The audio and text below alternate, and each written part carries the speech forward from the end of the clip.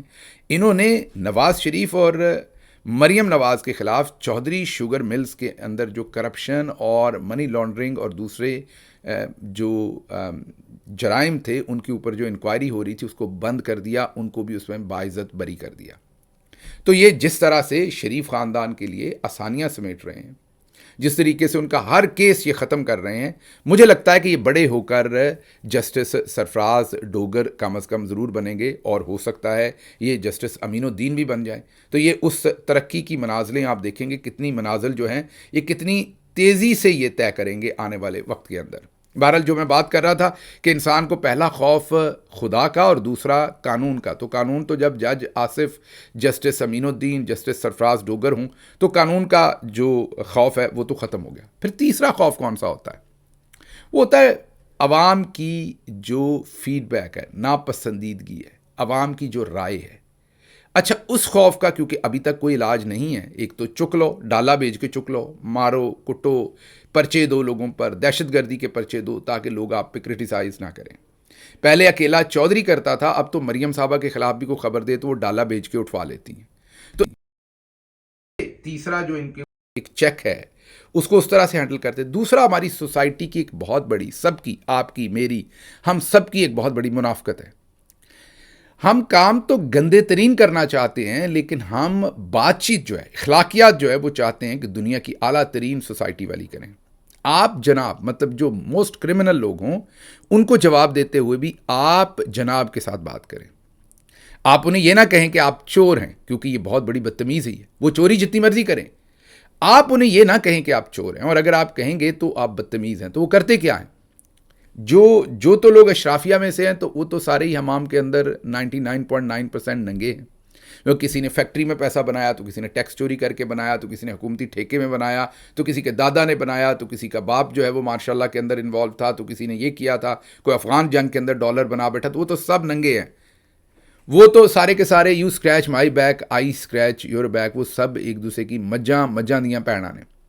بیچ میں سے اگر کوئی مڈل کلاس میں سے نکل کے آتا ہے جس کے باپ دادا نے وہ کرپشن نہیں کی یا اس نے خود بھی نہیں کی، اور وہ سوال پوچھتا ہے عام عوامی انداز سے، تو اس کو برانڈ کیا جاتا ہے کہ یہ بڑا ہی بدتمیز ہے، اور ہم بھی فوری طور پر ایز اے سوسائٹی اس چکر میں آ جاتے ہیں، ہاں یار اس کی زبان اچھی نہیں ہے۔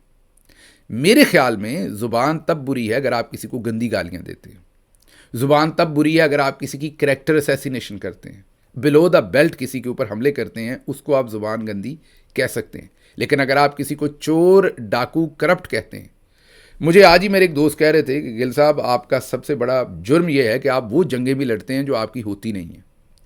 آپ ذرا بہت ساری چیزیں میری دیکھیے گا، میری یہ جو آپ اکثر دیکھتے ہیں میڈیا کے اوپر صحافیوں کے ساتھ فلاں کے ساتھ، عمومی طور پر جو سیاست میں اور پبلک لائف میں ہوتے ہیں لوگ، وہ صحافیوں کے ساتھ الجھتے نہیں ہیں.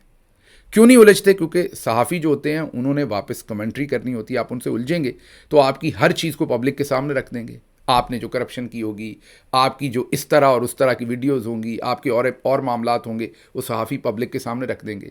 تو ان اے وے یہ جو میں بھی یہی کام تقریباً کر رہا ہوں. یہ جو ہمارے پاس آواز ہے، اس سے ہم بلیک میل کرتے ہیں اور لوگ ہم سے ڈرتے ہیں.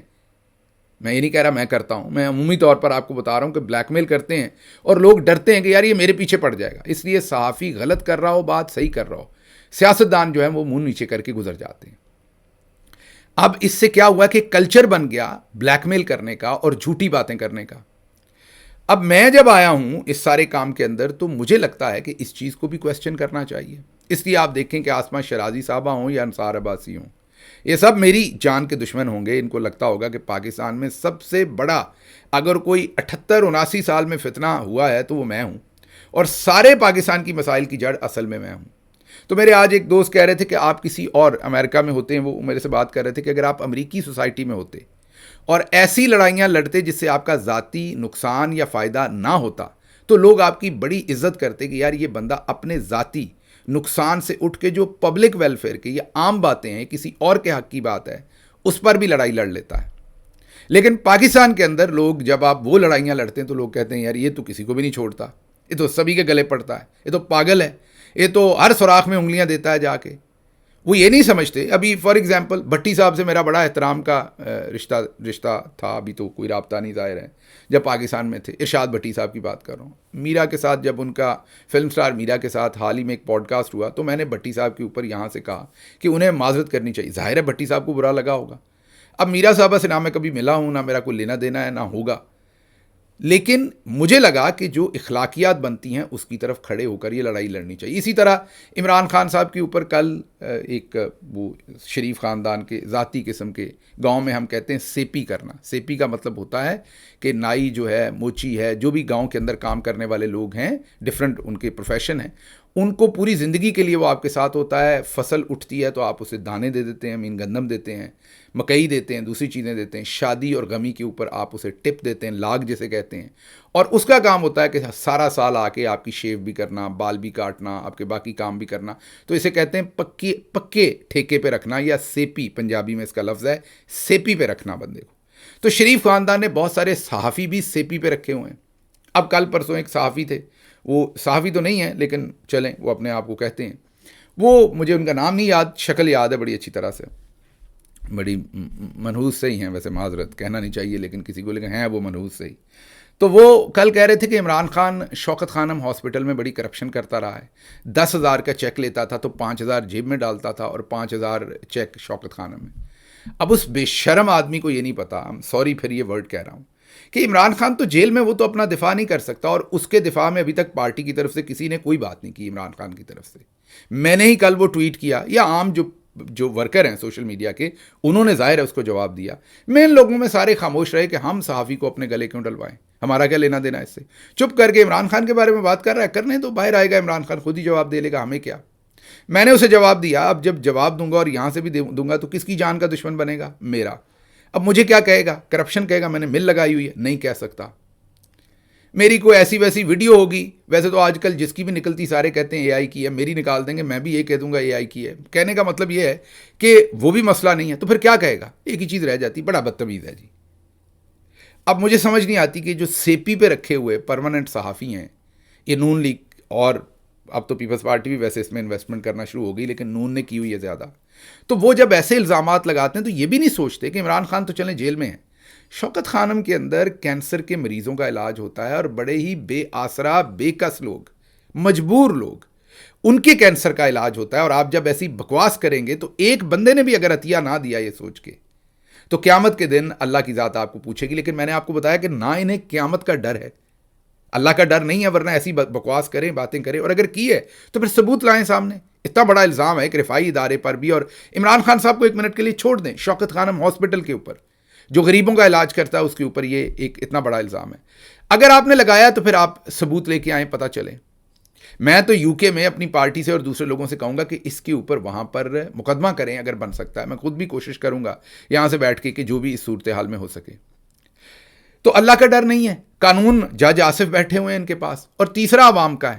جو سوال پوچھتا ہے اسے یہ بدتمیز ٹرم کر دیتے ہیں, اور یہ پھر ایسے پڑھتے ہیں, کوئی عورت کارڈ نکالتا ہے اور کوئی بدتمیز, ایسے پڑھتے ہیں کہ آپ کو آئسولیٹ کر دیتے ہیں, آپ کو پوری سوسائٹی کے اندر آؤٹ کاسٹ کر دیتے ہیں, آپ کی ایسے برانڈ بنا دیتے ہیں کہ یہ تو ہے ہی بدتمیز. ہمیں بندہ تو اچھا ہے لیکن ہمیں اس کی طرز تکلم سے بہت جو ہے وہ یہ بھی نہیں سوچتے کہ کوئی ویڈیو دیکھیں اس بندے کی کہ یار کیا اس نے واقعی کوئی گندی گالی دی ہے, بدتمیزی کی ہے.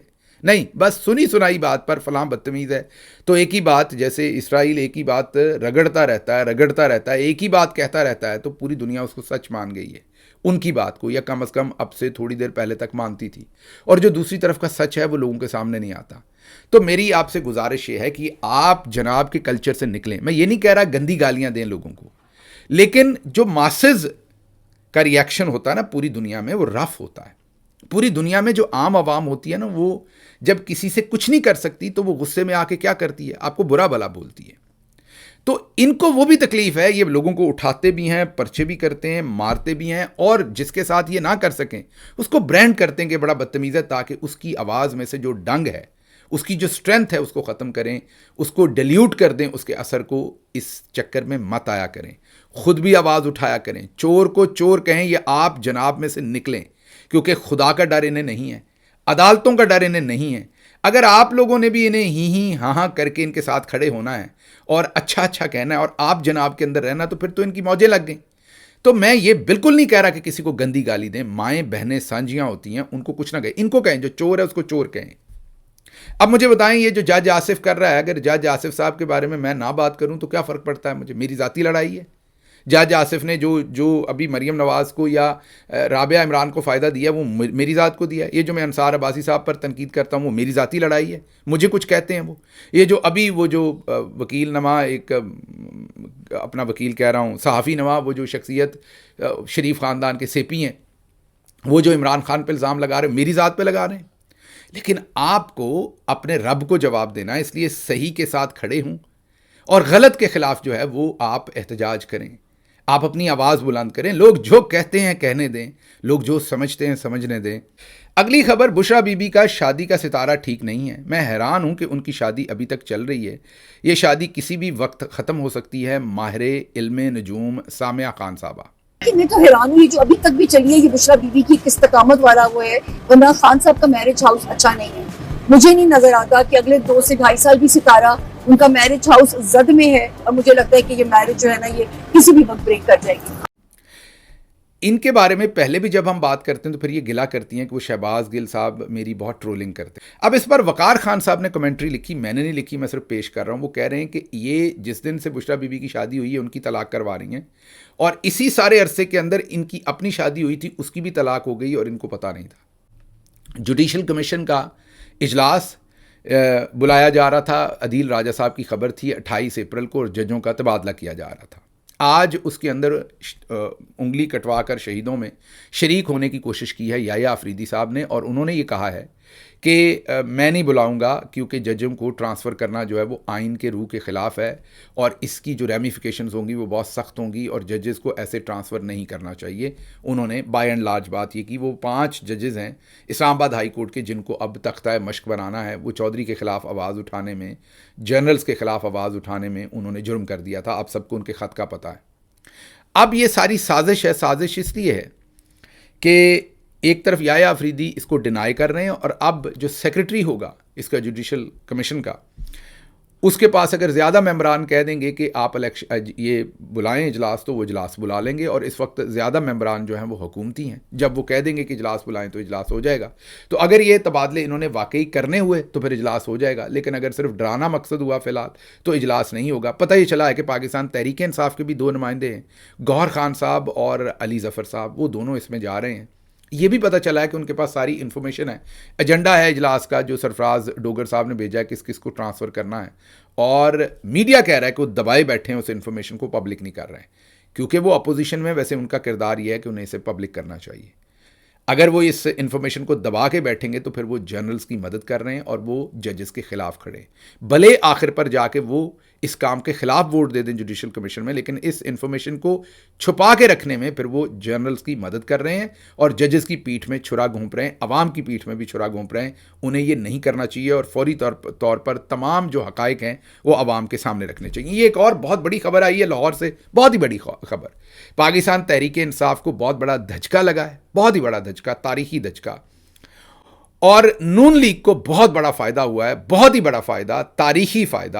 اور سن لیجیے گا پوری خبر اور پھر آپ کو سمجھ آئے گی. مجھے تو لگتا ہے کہ پی ٹی آئی کی پنجاب سے سیاست ہی ختم ہو گئی آج. یہ ہیں جناب پی پی 154 کے گاؤں لیلا پور. ہو سکتا ہے نام میں غلط لے رہا ہوں، یہاں لیلا پور ہی لکھا ہے تو میں جان بوجھ کے نہیں لے رہا. یہ گاؤں لیلا پور سے پاکستان تحریک انصاف کے وائس چیئرمین چودھری اختر میو نے پاکستان مسلم لیگ نواز میں شمولیت اختیار کر لی. اہلیان علاقہ نے تقریب کے مہمان خصوصی اسپیکر قومی اسمبلی سردار ایاز صادق کا والہانہ استقبال کیا. اس موقع پر رکن اسمبلی غلام حبیب اوان، آصف امین نمبردار، آزاد گجر، حاجی سجاد، عابد حسین سمیت دیگر پارٹی رہنما بھی موجود تھے. کون لوگ ہو تسی؟